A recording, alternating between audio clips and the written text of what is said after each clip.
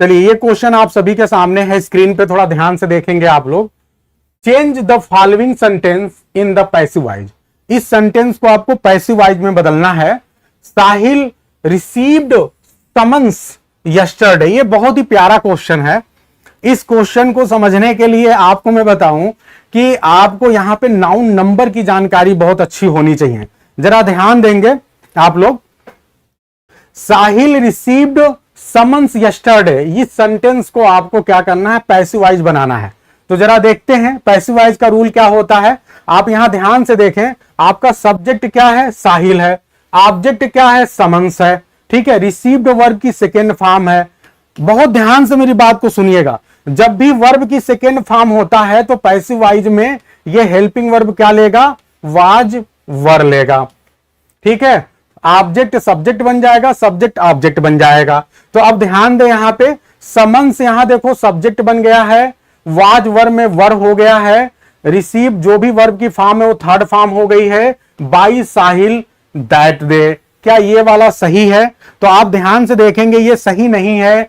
क्यों नहीं सही है? क्योंकि दैट डे गलत है। देखो यहीं पे जानते हैं क्या होता है, मैंने बहुत लोग को देखा, ऐसे लोग को जो पीएचडी कर रहे हैं, बहुत अनुभवी हैं, सालों से इंग्लिश पढ़ रहे हैं, लेकिन वो लोग क्या करते हैं, अक्सर एक गड़बड़ी कर देते हैं कि एक्टिव पैसिव वॉइस में डायरेक्ट इनडायरेक्ट के रूल को मिला देते हैं। उनको लगता है गलती क्या है। अब ये बताओ, ये सेंटेंस तो ऐसे सही लग रहा है, लेकिन यहां गलत क्या हो गया है कि जो दैट डे है ये गलत है। यस्टरडे को दैट डे बदलते हैं हम नरेशन बनाते समय, डायरेक्ट से इनडायरेक्ट बनाते समय, यहां तो कर ही नहीं सकते, तो इसलिए दैट डे की वजह से गलत हो गया।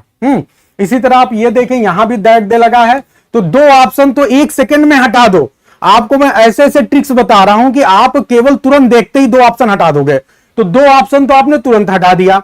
अब आपके पास सिर्फ दो ऑप्शन बच रहा है, एक बी वाला एक डी वाला। अब इसमें चुनना है। तो अब देखें यहां पे summonses were received by Sahil yesterday या फिर summons was received by Sahil yesterday. आपके पास दो ऑप्शन है और आपको बताना है कि करेक्ट क्या है। तो जरा एक बार आपके जवाब को देख लेते हैं। ज्यादातर लोग का जवाब है डी, ज्यादातर लोग का जवाब है डी। केवल एक चंचल जी हैं जो कह रही हैं समन्स नहीं समन्सेस होगा। अब यहां पे जो है बात पलटा जा रहा है। छाया जी कहने लगी सर वाज लगाएंगे। अच्छा एक बात समझिए, आप सबसे पहली बात समझना है आपको क्या है ये जो समन्सेस। आप पहले मुझे ये बताएं, क्लियर आप लोग बताएं कि क्या आप लोग बी को सही मानते कि डी को सही मानते। जल्दी से सोच लीजिए, क्या बी सही है कि डी सही है, जल्दी सोचें। आपको एक बात बताऊं, समन्स है तो समन्स में तो कोई चेंज नहीं कर सकते ना भाई, समन्स है तो समन्स ही रहेगा। लेकिन अब एक बात है कि समन्स के साथ हम वाज का प्रयोग करेंगे कि वर का प्रयोग करेंगे। अगर समन्स को आप प्लूरल मानते हैं तो आपको प्रयोग करना पड़ेगा वर का, ठीक है। लेकिन फिर एक दिक्कत है कि यहां समन्सेस हो गया है और इसलिए ये वाला भी ऑप्शन आपका कट जाएगा, केवल डी ऑप्शन सही होगा। अब यहां पे एक रूल है और रूल आपको बहुत अच्छे से समझना है। कुछ ऐसे नाउन होते हैं, कुछ ऐसे नाउन होते हैं जो कि प्लूरल की तरह दिखते हैं लेकिन वो प्लूरल होते नहीं हैं। समन्स एक स्पेशल केस है, समन्स एक स्पेशल केस है। समन्स जो है ये वास्तव में जब ऐसे लिखा जाएगा तो ये एक सिंगुलर नाउन है और जब आप इसको प्लूरल बनाएंगे तो इसके बाद ईएस ऐड करेंगे, समन्सेस। तो चूंकि यहां समन्स है तो समन्स सिंगुलर होता है, इसलिए समन्स वाज रिसीव्ड बाय साहिल होगा। Fourth D will be the correct answer, ठीक है। बहुत अच्छा।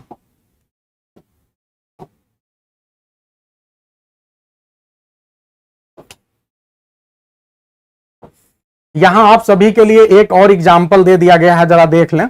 जैसे यहां ध्यान दें, एक द जज इशूड अ समन्स, ध्यान दें यहां पे अ समन्स।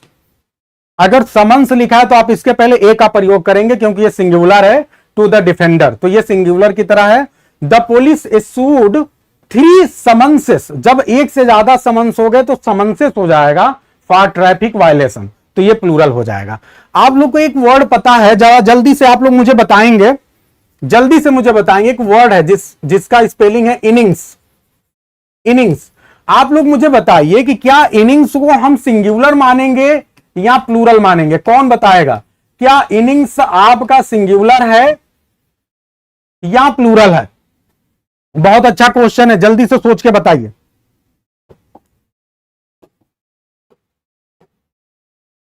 चलिए तब तक हम अगले क्वेश्चन पे चलते हैं। चलिए ठीक है, बहुत अच्छा। जितने लोग बता रहे हैं, इनिंग्स वास्तव में एक ऐसा वर्ड है जो सिंगुलर प्लूरल में एक ही जैसा रहता है। अब यही देखो खतरा है, यही समझना है। समन्स से अगर आप तुलना करते हैं तो समन्स क्या है?